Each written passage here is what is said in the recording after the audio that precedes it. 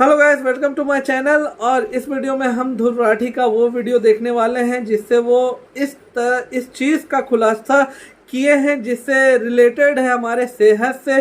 तो वो वीडियो आज हम देखने वाले हैं। वीडियो पसंद आए तो ज़रूर से लाइक, चैनल को सब्सक्राइब कर लीजिएगा। तो चलिए वीडियो को स्टार्ट करता हूँ। बात करूँगा इस वीडियो के लास्ट में। नमस्कार दोस्तों, धूम्रपान और शराब आपकी सेहत के लिए हानिकारक है, ये तो हम सब जानते हैं। इनसे कैंसर जैसी जानलेवा बीमारियां हो सकती हैं, हार्ट अटैक के चांसेस बढ़ सकते हैं। लेकिन आज के इस नए भारत में अगर कोई अपने खाने में स्वाद डालना चाहे तो वो भी आपकी सेहत के लिए हानिकारक हो चुका है। 5 अप्रैल 2024 को हांगकांग के फूड सेफ्टी सेंटर की तरफ से पहली नोटिफिकेशन आई थी। इन्होंने एमडीएच के 3 मसालों का नाम लिया, मद्रास करी पाउडर और सांभर मसाला। इसके अलावा एक एवरेस्ट का प्रोडक्ट फिश करी मसाला। इन सब में इथाइलिन ऑक्साइड की बहुत ज्यादा मात्रा पाई गई। ये एक ऐसा केमिकल है जिसके सेवन से कैंसर का डायरेक्ट लिंक है। कई देशों में इसका इस्तेमाल करना पूरी तरीके से बैन है। सिंगापुर देश की फूड एजेंसी ने अलग से टेस्टिंग करी और एवरेस्ट के फिश करी मसाले में यही चीज पाई। 4 मई 2024 जिस दिन मैं ये वीडियो बना रहा हूं, सिंगापुर, हांगकांग और मालदीव्स के देशों ने इन मसालों को अपने देश में बैन कर दिया है। ऑस्ट्रेलिया, न्यूजीलैंड और नेपाल के देशों की फूड एजेंसीज अपनी अलग से टेस्टिंग करा रही हैं और जल्द ही वहां पर भी इन्हें बैन किया जा सकता है। लेकिन कहानी यहां पर खत्म नहीं होती। थोड़ा और गहराई से जांच करी तो पता चला पिछले 4 सालों में यूरोपियन यूनियन की फूड सेफ्टी अथॉरिटीज ने 500 से ज्यादा अधिक इंडियन प्रोडक्ट्स को या तो बैन कर दिया है या रिकॉल कर दिया है। 527 ऐसे प्रोडक्ट्स जिनमें इथाइलिन ऑक्साइड पाया गया फिर से। इनमें सिर्फ मसाले ही नहीं बल्कि हर चीज शामिल है, nuts, seeds, herbs, spices, cereals, फल, सब्जियां, फ्लेवर्स, आइसक्रीम, थिकनर्स और भी बहुत कुछ। इतना ही नहीं, पिछले 6 महीने में एमडीएच ने जितने मसाले अमेरिका में भेजे, यूएस कस्टम अथॉरिटीज ने उनमें से 31% मसालों को वापस भेज दिया। कहा कि उनमें सैल्मोनेला पाया गया है। ये एक बैक्टीरिया है जिससे फूड पॉइजनिंग होती है। दस्त लगना, फीवर आना, वॉमिटिंग और सीवियर केसेस में आपके नर्वस सिस्टम को भी चोट पहुंचा सकता है। हालत इतनी गंभीर है और ये सारी खबरें हमें सिर्फ इसलिए पता चल पा रही हैं क्योंकि दूसरे देशों की अथॉरिटीज हिंदू मुसलमान करने से पहले अपने देश में ना तो टीवी चैनलों में से दिखाया जा रहा है और ना ही सरकार की तरफ से चेतावनी देना तो छोड़ो। मोदी सरकार ने पिछले महीने पेस्टिसाइड की लिमिट को 10 गुना बढ़ा दिया। जितना पेस्टिसाइड आपके मसालों में पाया जाना एक्सेप्टेबल है, उसे 10 गुना बढ़ा दिया गया है। 140 करोड़ लोगों की जिंदगियों के साथ यहाँ खेल खेला जा रहा है। यहाँ बात सिर्फ कुछ मसालों की नहीं है, ये खेल इससे कहीं ज्यादा खतरनाक है। आइए समझते हैं इस वीडियो में गहराई से कि ये कौन से केमिकल्स हैं जो पाए जा रहे हैं, क्यों पाए जा रहे हैं, क्या इसके पीछे असली कारण है और आप अपनी सेहत को बचाने के लिए यहाँ पर क्या कर सकते हैं।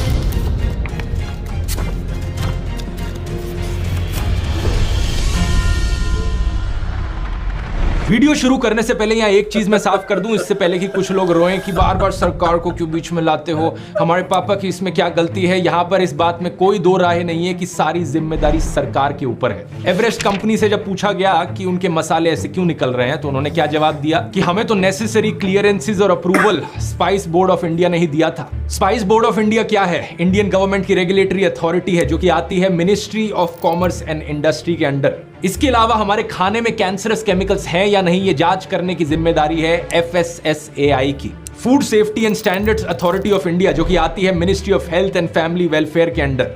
और ये सिर्फ हमारे देश की बात नहीं है, दूसरे देशों के फूड अथॉरिटीज भी उनकी सरकारों के अंडर आते हैं। और वो सारे देश कम से कम अपने देशवासियों की हेल्थ की परवाह तो कर रहे हैं, कम से कम ये तो कह रहे हैं कि आपका खाना खतरनाक है, इन मसालों से दूर रहो। हमारी सरकार के मुंह से एक शब्द तक नहीं निकला है। FSSAI की तरफ से इकलौता रिस्पॉन्स ये आया है कि हमें 20 दिन चाहिए इन मसालों की टेस्टिंग कराने के लिए, फिर हम देखेंगे कि ये हानिकारक है या नहीं। इन्हें 20 दिन चाहिए। यहाँ पर एक आम आदमी ने अपनी तरफ से टेस्टिंग करा ली और कुछ ही दिनों के अंदर टेस्ट रिजल्ट्स आ भी गए। और FSSAI वो यूनिट है जिन्होंने 20 दिन मांगे ये जवाब देने के लिए कि इसके अंदर इथाइलिन ऑक्साइड प्रेजेंट है या नहीं है। मेरा सवाल FSSAI से ये है कि अगर मैं 4 दिन के अंदर पता लगा सकता हूँ कि इसके अंदर कितना इथाइलिन ऑक्साइड है तो आपको 20 दिन का टाइम क्यों चाहिए? इस रिपोर्ट को देखिए, एक ट्विटर यूजर ने खुद से डिसाइड किया कि वो एवरेस्ट के फिश करी मसाले को टेस्टिंग करने के लिए भेजेगा। उसने इसे food hygiene and health laboratory में भेजा। 23 अप्रैल को उसने 50 ग्राम मसाले का सैंपल भेजा और 26 अप्रैल को रिपोर्ट तैयार भी होकर आ गई। क्या पाया गया? इस मसाले में इथाइलिन ऑक्साइड की मात्रा 7.57 मिलीग्राम पर किलोग्राम की कॉन्सेंट्रेशन में मौजूद है। इसकी लिमिट है 0.1 मिलीग्राम पर किलोग्राम, यानी कि ये लिमिट से 70 गुना ज्यादा मात्रा में कैंसर कॉजिंग केमिकल मौजूद था। अब कुछ लोग बहाने मारते हैं कि दुनिया भर के देशों की ये साजिश है मोदी सरकार को गिराने की, इलेक्शन के पहले ही ऐसी खबरें क्यों आती हैं, ये खबरें इलेक्शन के पहले नहीं आ रही, ये काफी टाइम पहले से आई जा रही हैं। टीवी चैनल बस आपको दिखा नहीं रहे। अक्टूबर 2022 और सितंबर 2023 के बीच में अमेरिका ने 15% MDH के प्रोडक्ट्स को रिजेक्ट किया था। 2020 से लेकर आज तक, जैसा मैंने बताया, यूरोपियन यूनियन 527 इंडियन प्रोडक्ट्स को रिजेक्ट कर चुका है या बैन कर चुका है। और अगर उन देशों पर यकीन नहीं होता तो इस रिपोर्ट को ही देख लो। ये तो एक इंडियन नहीं करवाई है, एक इंडियन लेबोरेटरी में ही। इस इशू की सीरियसनेस को समझ गए हो तो आइए अब थोड़ा इस केमिकल इथाइलिन ऑक्साइड के बारे में जानते हैं। इसका शॉर्ट फॉर्म है EO या ETO। ये एक फॉसिल फ्यूल का बाय प्रोडक्ट है जिसके इंडस्ट्रियल यूजेस बहुत सारे हैं, लेकिन जो यूज हमारे केस में रेलेवेंट है वो है स्पाइसेस की फ्यूमिगेशन में। फ्यूमिगेशन शब्द का मतलब होता है डिसइंफेक्ट करना या स्टेरिलाइज करना। जितने हानिकारक कीटाणु और बैक्टीरिया होते हैं खाने में, उन्हें मारना। इथाइलिन ऑक्साइड का एक गैस के फॉर्म में इस्तेमाल किया जाता है। ये गैस किसी भी मटेरियल की पैकेजिंग के थ्रू बड़ी आसानी से फ्लो कर जाती है और काफी आसान और एफिशिएंट तरीके से इसका इस्तेमाल किया जा सकता है डिसइंफेक्ट करने के लिए। ये गैस अपने आप में कलरलेस है तो आपको दिखेगी नहीं, लेकिन फ्लेमेबल जरूर है, यानी कि आग लग सकती है इस पर। इससे ई कोलाई और सैल्मोनेला जैसे हार्मफुल बैक्टीरिया को मारा जा सकता है। साथ ही साथ फंगस के खिलाफ भी इसका इस्तेमाल किया जा सकता है। इंटरेस्टिंग चीज यह है कि फसल उगाते समय इसका इस्तेमाल नहीं किया जाता, बल्कि मसालों की पैकेजिंग करते समय इसका इस्तेमाल किया जाता है। तो अगर मसालों में इथाइलिन ऑक्साइड की बहुत ज्यादा मात्रा पाई जाती है तो उस किसान की गलती नहीं है जो फसल को उगा रहा है, बल्कि उस कंपनी की जिम्मेदारी है जो पोस्ट हार्वेस्ट ट्रीटमेंट के दौरान और पैकेजिंग करने से पहले इथाइलिन ऑक्साइड का इस्तेमाल कर रही है। प्रॉब्लम स्टोरेज के वक्त आ रही है। ये एक बड़ा सिंपल सा फ्लो चार्ट आप देख सकते हैं स्क्रीन पर, जो अलग अलग प्रोसेसेस बताता है जो इन्वॉल्व है इथाइलिन ऑक्साइड की स्टेरिलाइजेशन के दौरान। सबसे पहले प्री कंडीशनिंग होती है, humidity, temperature, pressure control check किया जाता है। फिर इस गैस के द्वारा स्टेरिलाइजेशन किया जाता है और फिर उस गैस की इवैक्यूएशन और गैस वॉशिंग करी जाती है। ये जो तीसरा प्रोसेस है इसका नाम है एरिएशन, और ये बहुत बहुत जरूरी प्रोसेस है क्योंकि यहां पर इस केमिकल को वापस से बाहर निकालने का काम किया जाता है। नाइट्रोजन इंजेक्शंस और वैक्यूम डीगैसिंग का इस्तेमाल किया जाता है इस केमिकल को खत्म करने के लिए। ये बहुत इंपॉर्टेंट इसलिए है क्योंकि इसी स्टेप पर प्रॉब्लम आती है। अगर खाने की स्टेरिलाइजेशन कर ली ETO से, लेकिन उसके बाद इसकी एरिएशन ढंग से नहीं करी गई, तो केमिकल के कुछ ट्रेसेस खाने में बच जाएंगे। इससे कुछ और हानिकारक केमिकल कंपाउंड्स की फॉर्मेशन होगी, जैसे कि 2-क्लोरोइथेनॉल या इथाइलिन क्लोरोहाइड्रीन या इथाइलिन ग्लाइकोल। ये वही हानिकारक केमिकल्स हैं वैसे जो कफ सिरप्स में भी पाए गए थे। इसकी बात मैंने फार्मा फाइल्स वाले वीडियो में करी थी। वही कफ सिरप्स जिनकी वजह से बच्चों की मौत हो गई थी उज्बेकिस्तान में। और यही कारण है कि international agency for research on cancer ethylene oxide को ग्रुप 1 कार्सिनोजेन की कैटेगरी में डालती है। इन्होंने 4 अलग अलग ग्रुप्स बना रखे हैं क्लासिफिकेशन के। ग्रुप 1 में वो चीजें हैं जिनसे फॉर श्योर इंसानों को कैंसर होता है। ग्रुप 2A में वो चीजें हैं जिनसे प्रोबेबली कैंसर होता है इंसानों को। ग्रुप 2B में वो चीजें हैं जिनसे पॉसिबली हो सकता है कैंसर इंसानों को। और ग्रुप 3 वाली चीजें नॉन क्लासिफाइबल हैं। तो ग्रुप 1 वाली चीजें सबसे ज्यादा खतरनाक है। एक ये लिस्ट देख सकते हो अलग अलग केमिकल्स की जो ग्रुप 1 में आते हैं। कई सारी चीजें आती हैं इसमें, जैसे कि कोयला, टोबैको, एल्यूमिनियम की प्रोडक्शन, डीजल इंजन का एग्जॉस्ट, और इनमें से एक एंट्री यहाँ पर इथाइलिन ऑक्साइड की भी है। इसके बारे में तो ये तक कहा गया है कि इवन लो लेवल्स पर इथाइलिन ऑक्साइड से लिम्फोइड कैंसर और ब्रेस्ट कैंसर का रिस्क बढ़ जाता है। अगर आप इस गैस को इनहेल करते हो, इससे सेल्यूलर मटेरियल में आपके परमानेंट म्यूटेशंस हो सकती हैं, जो कि आपकी आने वाली पीढ़ियों में भी पास ऑन करी जा सकती हैं। यही कारण है कि यूरोपियन यूनियन की जीरो टॉलरेंस पॉलिसी है इथाइलिन ऑक्साइड को लेकर। ना सिर्फ इन्होंने अपने सारे यूरोपियन देशों में कंप्लीटली बैन कर दिया इथाइलिन ऑक्साइड को, बल्कि ये भी कहा कि इंपोर्टेड चीजों में भी इथाइलिन ऑक्साइड बैंड है। इस पॉलिसी में एक थोड़ा सा बदलाव आया था साल 2003 में, जब इन्होंने देखा कि इंपोर्टेड खाने में माइक्रोबियल कंटेमिनेशन का रिस्क काफी ज्यादा है। तो इसको मद्देनजर रखते हुए इन्होंने कहा कि ठीक है, इंपोर्टेड खाने में हम बहुत थोड़ी सी मात्रा का इथाइलिन ऑक्साइड अलाउ करेंगे। इन्होंने एक मैक्सिमम रेजिड्यूअल लिमिट डिफाइन करी 0.2 मिलीग्राम पर किलोग्राम की। मतलब ETO का इतना सा रेजिड्यू रह गया तो चलता है, लेकिन इससे ज्यादा अलाउड नहीं है। लेकिन इस लिमिट को भी 2022 में यूरोपियन कमीशन ने और भी कम कर दिया। इन्होंने कहा 0.2 भी नहीं, 0.1 मिलीग्राम पर किलोग्राम नई लिमिट होगी। तो आज के दिन ETO की इतनी एक्सेप्टेबल लिमिट है यूरोप में, और वो भी सिर्फ इंपोर्ट किए जाने वाली चीजों में। जो चीजें यूरोप के अंदर बन रही हैं उनमें कंप्लीटली बैंड है ETO का इस्तेमाल। पिछले साल अप्रैल 2023 में इन्होंने ETO की क्लासिफिकेशन भी बदल दी। इन्होंने कहा हम इसे फ्यूमिगेंट नहीं बुलाएंगे, हम इसे पेस्टिसाइड रेजिड्यू बुलाएंगे। इस डेफिनेशन को बदलने का मतलब था कि हर एक यूरोपियन देश के लिए यह मैंडेटरी बन गया वो अपने फूड सैंपल्स की टेस्टिंग कराएं ETO को लेकर। सिंगापुर की बात करी जाए, सिंगापुर की जो मैक्सिमम अलाउड लिमिट है इथाइलिन ऑक्साइड की, वो यूरोप से कहीं ज्यादा है, 50 मिलीग्राम पर किलोग्राम। इनके देश में फ्यूमिगेशन के तौर पर ETO का इस्तेमाल करना अलाउड है, लेकिन जो लिमिट है इनकी 500 गुना ज्यादा है ये यूरोप की लिमिट से। और फिर भी जब इन्होंने एवरेस्ट के फिश करी मसाला की टेस्टिंग करी तो अपनी लिमिट से ज्यादा इन्होंने ये केमिकल पाया। हांगकांग की बात करें तो इस मामले में हांगकांग की रेगुलेशंस ज्यादा मजबूत हैं सिंगापुर से। ये ना सिर्फ ईटीओ को एक पेस्टिसाइड कंसीडर करते हैं, बल्कि इनके देश में इसे फ्यूमिगेशन के तौर पर इस्तेमाल करना अलाउड ही नहीं है और ना ही इसे पेस्टिसाइड के तौर पर इस्तेमाल करना अलाउड है। अगर हांगकांग में फूड क्वालिटी को लेकर वायलेशन होती है तो $50,000 का फाइन लग सकता है और 6 महीने की जेल हो सकती है। ये सब सुनकर अगर आप टेंशन में आ रहे हो और आपको लग रहा है कि यार भगवान जाने क्या क्या डला है हमारे खाने में, कौन कौन से हानिकारक केमिकल्स हैं, तो चिंता मत करो। चैट जीपीटी जैसा एआई टूल यहाँ पर आपकी बहुत मदद कर सकता है। किसी भी खाने के आइटम की इंग्रेडिएंट लिस्ट देखो पीछे और किसी भी इंग्रेडिएंट के बारे में आप सवाल कर सकते हो चैट जीपीटी से। फॉर एग्जाम्पल पोटेशियम ब्रोमेट, ये कई ब्रेड्स में इस्तेमाल किया जाता है। सीधा पूछो, is potassium bromate bad for health and is it band in any country? आपको जवाब मिल जाएगा क्लियरली कि इसे यूरोप और कनाडा जैसे देशों में बैन किया गया है, लेकिन अमेरिका में ये अभी भी अलाउड है और ये हानिकारक है हेल्थ के लिए। एक एक इंग्रेडिएंट करके नहीं पूछना, तो पूरी इंग्रेडिएंट लिस्ट की फोटो खींच के भी आप डाल सकते हो और पूछो चैट जीपीटी से इतने सारे जो इंग्रेडिएंट्स यहाँ पर डले हैं इनमें से कोई भी मेरी हेल्थ के लिए हानिकारक है क्या? बहुत अच्छा ब्रेकडाउन यहाँ पर आपको मिल जाएगा, जैसा आप स्क्रीन पर देख सकते हैं। चैट जीपीटी डेली लाइफ में ऐसी चीजों के लिए बहुत यूजफुल है। नॉर्मली ऐसी चीजों को अगर आप गूगल पर सर्च करने की कोशिश करोगे तो घंटे लग जाएंगे आपको आंसर ढूंढने में।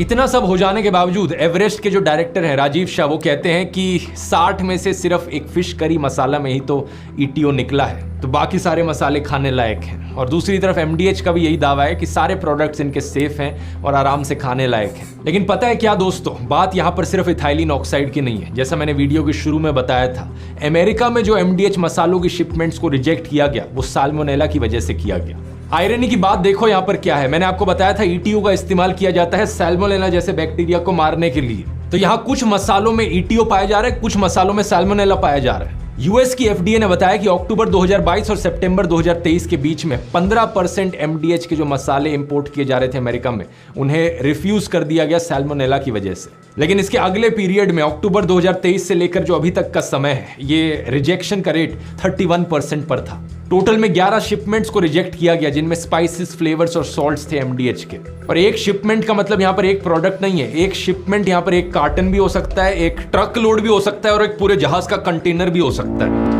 इस आउटलुक के आर्टिकल के अनुसार जनवरी 2022 में यूएस की एफडीए ने एमडीएच के मैन्युफैक्चरिंग प्लांट का फिजिकल इंस्पेक्शन भी किया था इंडिया में आकर। उस वक्त खतरा इतना ज्यादा नहीं था, लेकिन तब भी एफडीए ने यह नोट किया था कि प्लांट में एडिक्वेट सैनिटरी फैसिलिटीज और अकोमोडेशंस नहीं है।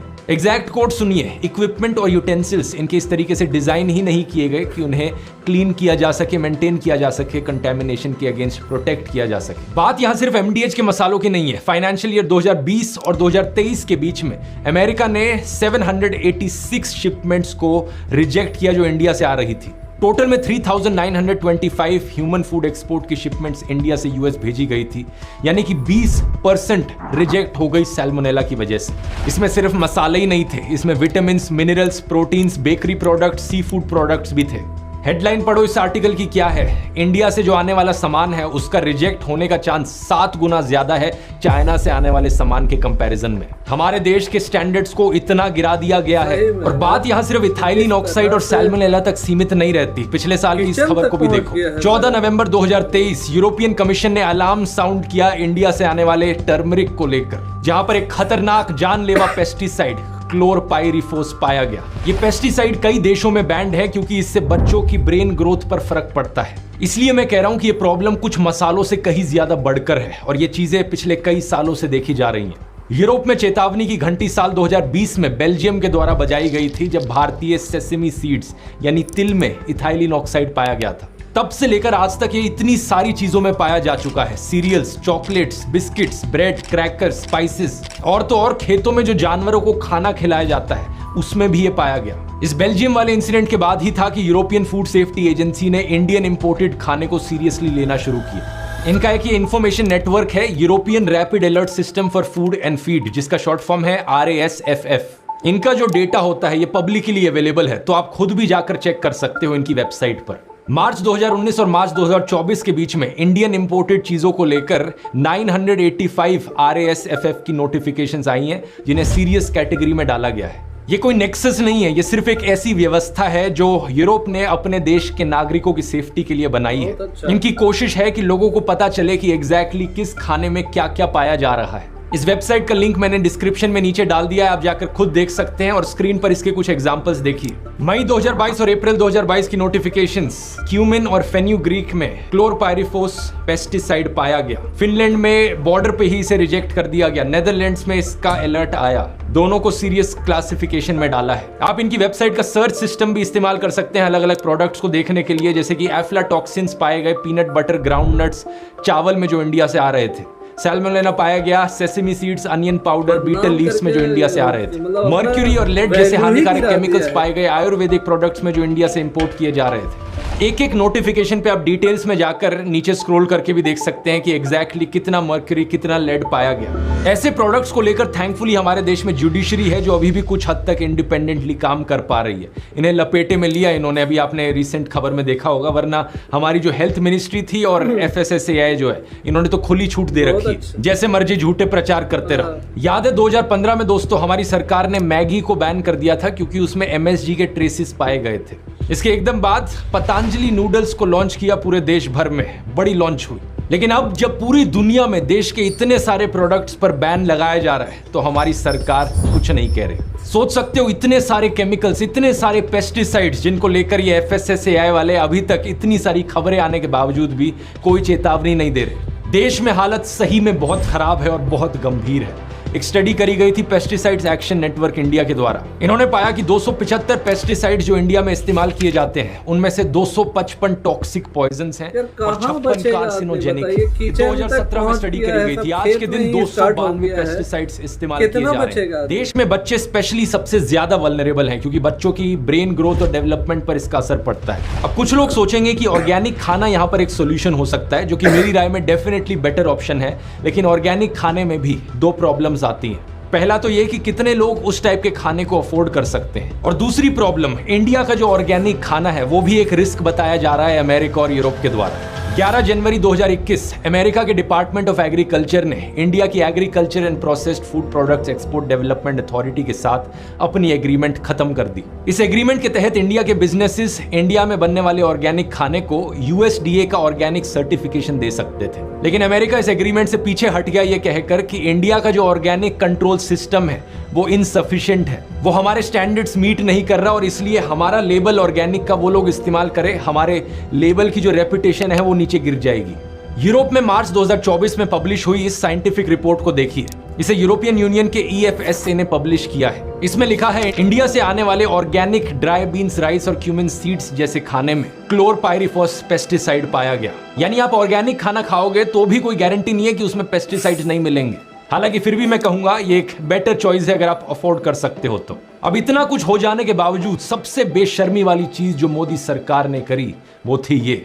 8 अप्रैल 2024 को FSSAI के द्वारा एक नोटिफिकेशन आती है। इसमें लिखा जाता है कि पेस्टिसाइड्स की MRL यानी कि मैक्सिमम रेजिडुअल लिमिट बढ़ा दी जाएगी। कोई छोटे मोटे नंबर से नहीं बल्कि 10 गुना ज्यादा बढ़ा दी सरकार ने पेस्टिसाइड की लिमिट। पहले 0.01 मिलीग्राम पर किलोग्राम पेस्टिसाइड एक्सेप्टेबल था खाने में, अब इन्होंने कहा 0.1 मिलीग्राम पर किलोग्राम पेस्टिसाइड एक्सेप्टेबल है। FSSAI ने इस नोटिफिकेशन में बताया कि ये फिगर्स प्रॉपर फील्ड ट्रायल्स के बाद सेट किए गए हैं। लेकिन पेस्टिसाइड एक्शन नेटवर्क इंडिया ने इस मैंडेट को लेकर ऑब्जेक्शन रेज किया। इन्होंने कहा कि CIBRC तो फील्ड ट्रायल्स कंडक्ट ही नहीं करता पेस्टिसाइड्स के। जितना भी डेटा है वो सारी मैन्युफैक्चरिंग कंपनीज के द्वारा प्रोवाइड किया जाता है और CIBRC तो सिर्फ अप्रूव करता है पेस्टिसाइड्स को उस डेटा के आधार पर। जब लोगों ने इस खबर को लेकर सोशल मीडिया पर हल्ला मचाना शुरू किया कि ये क्या हो रहा है, तो FSSAI ने अपने आप को डिफेंड करने के लिए कहना शुरू कर दिया ये तो झूठी खबर है, हमें बदनाम करने की कोशिश करी जा रही है। इस न्यूज आर्टिकल को देखिए। FSSAI कह रहा है कि ये रिपोर्ट जो है कि हमने 10 गुना लिमिट बढ़ा दी है, ये फॉल्स और मैलिशियस रिपोर्ट्स हैं। इंडिया के तो सबसे स्ट्रिक्ट स्टैंडर्ड्स हैं। अच्छा भाई, क्या गलत खबर फैलाई जा रही है, जरा देखें क्या इनका डिफेंस था। ये कहते हैं हमने लिमिट तो बढ़ाई है, हमने 10 गुना लिमिट बढ़ाई है, लेकिन सिर्फ उन्हीं पेस्टिसाइड्स के लिए जो CIBRC से रजिस्टर्ड नहीं है।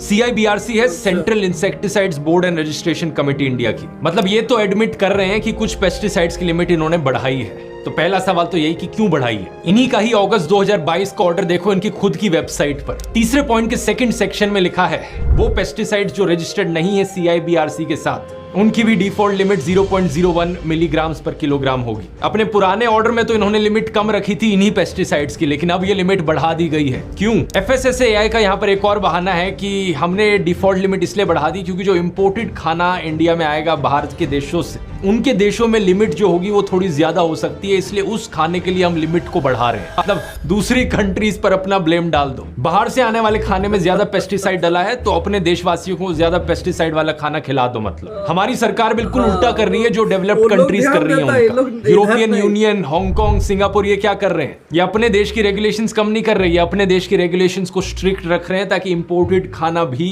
उनके देशवासियों को अच्छा क्वालिटी का मिल सके, बिना पेस्टिसाइड्स के मिल सके। सोच रहा है अपने कंट्री के लोग को सोच रहा है, लेकिन इंडिया का बर्बाद कर रहा है। आज तक इतिहास में इन्होंने कितनी बार इंडियन सिटीजन्स को वार्निंग दी है, चेतावनी दी है कि बाहर से आने वाले खाने में ज्यादा पेस्टिसाइड था? कभी भी इनकी तरफ से कोई चेतावनी सुनी है आपने? क्या मोदी सरकार को यहाँ पर चंदा दिया जा रहा है इन पेस्टिसाइड कंपनियों के द्वारा? क्या एक और चंदा धंधा मॉडल यहाँ पर छिपा है? यहाँ बात सिर्फ हम कंज्यूमर्स की नहीं है बल्कि किसानों की भी है। बीएमसी पब्लिक हेल्थ डेटा के अनुसार दुनिया भर में 11,000 फार्मर्स मारे जाते हैं हर साल पेस्टिसाइड्स की वजह से। इनमें से करीब 6,500 फार्मर्स इंडियन होते हैं, यानी कि दुनिया भर में मारे जाने वाले 60% किसान सिर्फ हमारे एक देश में मारे जा रहे हैं। ये नंबर्स भी यहाँ पर अंडर रिपोर्टेड है और कोई कानून नहीं है जो यहाँ पर किसानों की सेफ्टी इंश्योर करता हो। सेफ्टी तो छोड़ो, खाने की मिलावट की खबर सुनते ही लोग सबसे पहले इल्जाम किसानों पर लगाते हैं। लेकिन जैसा मैंने बताया, इथाइलिन ऑक्साइड की जब ज्यादा मात्रा पाई जा रही है खाने में, ये प्रोडक्शन के द्वारा नहीं हो रही है, ये स्टोरेज और पोस्ट प्रोडक्शन के टाइम पर होती है। और पेस्टिसाइड्स की बात करी जाए तो कंपनीज इतना प्रेशराइज कर रही हैं किसानों को कि जबरदस्ती और पेस्टिसाइड छिड़को। किसानों को यह कहा जा रहा है कि अच्छी फसल तभी मिलेगी जब और ज्यादा पेस्टिसाइड छिड़का जाएगा। डेक्कन हेरल्ड के आर्टिकल में ये किसान का कहना था, हमें कंपनीज कहती हैं कि प्लांटिंग करने से पहले ही पेस्टिसाइड छिड़क दो, सीड्स के ऊपर अलग केमिकल डले होते हैं। इनफैक्ट जो बायो पेस्टिसाइड्स होते हैं, जो कि नेचुरली अकरिंग केमिकल्स होते हैं, उनके नाम पर भी अब केमिकल्स का कॉकटेल बेचा जा रहा है। 2015 में हमारी सरकार ने एक एक्सपर्ट कमेटी बिठाई थी under the chairmanship of doctor Anupam Verma. इस कमेटी ने 66 पेस्टिसाइड्स को रिव्यू किया जो कि दुनिया के किसी न किसी देश में बैंड है, लेकिन इंडिया में भी इस्तेमाल किए जा रहे हैं। इस कमेटी ने जब अपनी रिपोर्ट सबमिट करी तो उसमें कहा गया कि सरकार को कम से कम 13 पेस्टिसाइड्स को बैन करना चाहिए और 6 और पेस्टिसाइड्स को फेज आउट करना चाहिए बाय द ईयर 2020। पर इस कमेटी की बात सुनने में सरकार ने खुद ही 4 साल का समय लगा दिया। जनवरी 2019 में 12 पेस्टिसाइड्स को फाइनली जाकर बैन किया गया और 6 को दिसंबर 2020 तक फेज आउट करने का प्लान बनाया गया। 5 साल का डिले कर दिया सरकार ने। और सुनो, 14 मई 2020 को सेंट्रल गवर्नमेंट की तरफ से एक ड्राफ्ट ऑर्डर आता है कि वो जो 66 पेस्टिसाइड मेंशन किए गए थे उनमें से 27 को बैन कर देना चाहिए। लेकिन इस बैन को लेकर Union Ministry of Chemicals and Fertilisers oppose करती है और सरकार एक यू टर्न ले लेती है। फरवरी 2023, 3 साल बाद एक और नोटिफिकेशन जारी करी जाती है सरकार के द्वारा। इस बार कहा जाता है कि उन 27 में से सिर्फ 3 ही पेस्टिसाइड्स को बैन किया जाएगा। ध्यान दो, यहां पर 27 में से 24 पेस्टिसाइड्स काफी सारे देशों में पूरी तरीके से बैन है, लेकिन हमारी मोदी सरकार को लगता है कि सिर्फ 3 ही बैन करने का डिसीजन लेना काफी है। क्या कारण है कि हमारी सरकार एफएमसीजी कंपनीज और पेस्टिसाइड कंपनीज को इस तरीके से फ्री हैंड देती है? इवन जो विदेश की कंपनीज इंडिया में आती हैं उन्हें भी इस तरीके से स्टैंडर्ड्स को एक्सप्लॉइट करने दिया जाता है। फूड फार्मर के वीडियो जरूर आपने देखे होंगे, कितनी ही कंपनीज के कितने ही प्रोडक्ट्स को उसने कटघरे में रखा है। Nestle, KitKat, Cerelac, Lay's, Pringles, Skittles, M&M's, Cadbury, Bournvita. हाल ही में इंडिगो एयरलाइंस के खाने को भी एक्सपोज किया, कैसे उनके सो कॉल्ड हेल्दी खाने में भी उपमा, पोहा, दाल चावल में ज्यादा सोडियम की मात्रा होती है मैगी से। लेकिन ये सारी कंपनीज क्या जवाब देती हैं कि हम जो कर रहे हैं वो कानून के दायरे में रहकर कर रहे हैं। जो गाइडलाइंस सरकार ने बनाई है, FSSAI ने जो गाइडलाइंस बनाई है, हम तो उसे फुलफिल कर रहे हैं। तो चाहे दोस्तों यहाँ पर इंडियन फूड कंपनीज हो, MNCs हो, केमिकल्स हो, पेस्टिसाइड्स हो, कोल्ड ड्रिंक बेचने वाली कंपनीज हो, नेचुरल आयुर्वेदा के स्कैम्स हो, सरकार के कंट्रोल में कुछ नहीं रहा। ये बिक गई है गवर्नमेंट, अब गवर्नमेंट में कुछ नहीं है। प्रधानमंत्री मोदी वहां अपने भाषणों में बिजी है मंगलसूत्र, मटन और मुसलमानों के नाम पर लोगों को डराने में, और यहाँ लोगों को जहरीला खाना खिलाया जा रहा है। सही मायने में इससे थोड़ी मतलब है, वो सरकार की उसको तरफ कोई से ही आ मतलब सकता नहीं है अगर सरकार अपने रेगुलेशंस को स्ट्रिक्ट बनाए, अगर सरकार का ये चंदा धंधा मॉडल खत्म किया जाए तो एज एन इंडिविजुअल हम अपनी तरफ से कोशिश कर सकते हैं कि ऑर्गेनिक खाना खरीदें। अगर आप किसी किसान को जानते हैं तो डायरेक्टली उनसे खरीदिए ताकि क्वालिटी का आपको पता चल पाए। और इथाइलिन ऑक्साइड को लेकर क्योंकि स्टोरेज में प्रॉब्लम आ रही थी, तो जितना फ्रेश खाना हो सके उसे खरीदिए। अगर आपको किसी खाने की क्वालिटी को लेकर डाउट होता है तो आप अपनी तरफ से भी फूड आइटम्स को भेज सकते हैं क्वालिटी टेस्ट कराने के लिए अलग अलग लेबोरेटरीज में। जैसा कि मैंने शुरू में वीडियो के एग्जाम्पल बताया था कि एक ट्विटर यूजर ने खुद से अपने एक सैंपल को भेजा इथाइलिन ऑक्साइड की टेस्टिंग करवाने के लिए। और ओवरऑल जितना ज्यादा हम ऑर्गेनिक खाने को प्रमोट कर सकें उतना बेहतर है। लेकिन इस भयानक प्रॉब्लम का सही मायनों में सोल्यूशन सरकार की तरफ से ही आ सकता है। और क्या वो इस मौजूदा मोदी सरकार की तरफ से आएगा? मुझे तो मुश्किल लगता है, क्योंकि ये सरकार चंदा धंधा के मॉडल में बिजी है। इस चंदा धंधा मॉडल ने ना सिर्फ हमारे खाने को जहरीला बना दिया है, बल्कि हमारी दवाइयों को भी जहरीला बना दिया है। इसकी बात मैंने करी थी इस फार्मा फाइल्स वाले वीडियो में, यहाँ क्लिक करके देख सकते हैं और जानने के लिए बहुत बहुत धन्यवाद। भाई सच्चाई तो देख लिए हैं, क्या है सच्चाई? अब हमारे किचन में भी जहर है। क्या खाए आदमी? MDH, चाहे MDH हो, चाहे जो भी मसाला आ रहा है उसमें जहर का जो मात्रा है बहुत ज़्यादा है। बाहर कंट्री में बैन है, जो यहाँ से भेजा जाता है मसाला वो सारा उधर बैन है, लेकिन यहाँ full of selling. Her kitchen, her Indian घर में किचन में जहर है। अब इस तरह का काम चल रहा है यहाँ। भाई फुर्सत मिले तब ना। भाई इंडिया में सिर्फ हिंदू मुसलमान, हिंदू मुसलमान, हिंदू मुसलमान, इससे ज़्यादा कुछ होता ही नहीं है। इससे बढ़ करके देखा जाए कि हमारे सेहत के साथ कैसे खेला जा रहा है। काहे सारे बाहर की कंट्री अपने सिटीजन के लिए कितना सोचती है, कौन सा चीज़ उनके सेहत के लिए अच्छा है, कौन सा चीज़ बुरा है, ये पूरा सोचा जाता है। लेकिन हमारे एक कंट्री है जहाँ पे सिर्फ पैसा होना चाहिए, सेहत जाए चूल्हे भाड़ में, उससे कोई मतलब नहीं। ये चीज़ ध्रुव राठी जो खोल के रखे हैं, अगर ये चीज़ कोई न्यूज़ चैनल या कोई भी ऐसे प्लेटफॉर्म में अगर मिल जाता, चाहे न्यूज़ चैनल हो, चाहे इलेक्ट्रॉनिक मीडिया हो, चाहे प्रिंट मीडिया हो, चाहे गवर्नमेंट की तरफ से कुछ भी नोटिफिकेशन आ जाता, तो लोग सतर्क हो जाते और यहाँ के गवर्नमेंट अगर उस चीज़ को बैन कर देते तो कितना, सोचिए कितना हद तक आदमी के सेहत को नुकसान पहुँचने से बच सकता था। अच्छा, बात यहाँ है कि अगर वहाँ से आ रहा है कोई चीज़ खाने का या कुछ भी, तो अगर कुछ ज़्यादा मात्रा है केमिकल का, कुछ ज़्यादा मात्रा है, तो उस चीज़ को इट्स ओके चलेगा, मतलब वहाँ से आ रहा है तो यहाँ के आदमी खा सकते हैं, कोई दिक्कत नहीं है। लेकिन उन लोग सोच रहे हैं कि यहाँ से अगर कोई पॉइजन टाइप का कोई खाना में अगर ज़्यादा है तो वहाँ के सिटीज़न को खाना नहीं देना है, वो बैन है। तो सबसे इंडियन सिटीज़न इतने बेवकूफ़ है कि इस चीज़ को खाएंगे और अपने बच्चे, अपने माँ बाप, सब अपने फैमिली वाले को जहर खिलाए। क्या इस चीज़ को सोचा नहीं जा सकता है? किसी एक भी अगर कोई गवर्नमेंट के तरफ से अगर इस चीज़ के बारे एक बार भी सही तरीके से, बगैर कोई पैसा का ये लालच के बगैर इस चीज़ के खिलाफ सख्त अगर कार्रवाई होता, तो ये जो जहर वाला चीज़ हम सब के किचन में पहुंचा है आज ना होता। मीडिया इस चीज़ को सतर्क कर सकती थी, लेकिन नहीं होगा। मुझे और सबको पता है ये चीज़ नहीं होगा। सिवाय हिंदू मुसलमान के अलावा कुछ नहीं होगा। ना बेरोजगारी पे बात होगा, ना खाने में जो जहर मिल रहा है वो उस पे बात होगा, कुछ भी नहीं होने वाला। बस यही बोलना था आप लोग से। वीडियो पसंद आए तो वीडियो को लाइक, चैनल को सब्सक्राइब कर लीजिए और हाँ, जाते हुए चैनल को ज़रूर से बेल आइकन चैनल का दबा दीजिएगा। तो चलिए मिलता हूँ किसी नेक्स्ट वीडियो के साथ।